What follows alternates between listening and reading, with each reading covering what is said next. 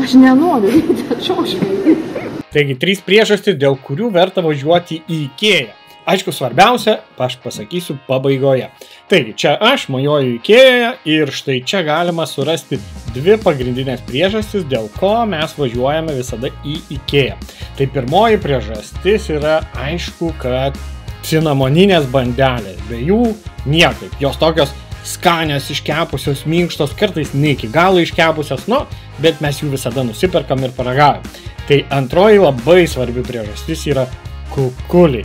Jų valgom visa šeima. Na, šią istoriją apie šitus kukulius, kodėl Sonata išėjo, turbūt jau jūs žinote. Na ir paskutinė tada lieka dešrainis. Pačioj pabaigoje, kai jau išeiname, visada aš nusiperku dešrainį. Ne visi nori. Aš nenoriu, šoškai. Kaip matote, mano žmona nelabai nori, jau jinai persivalgiusi.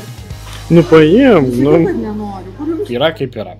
O dėl ko jūs važiuojate į IKEA? Kur jums telpa?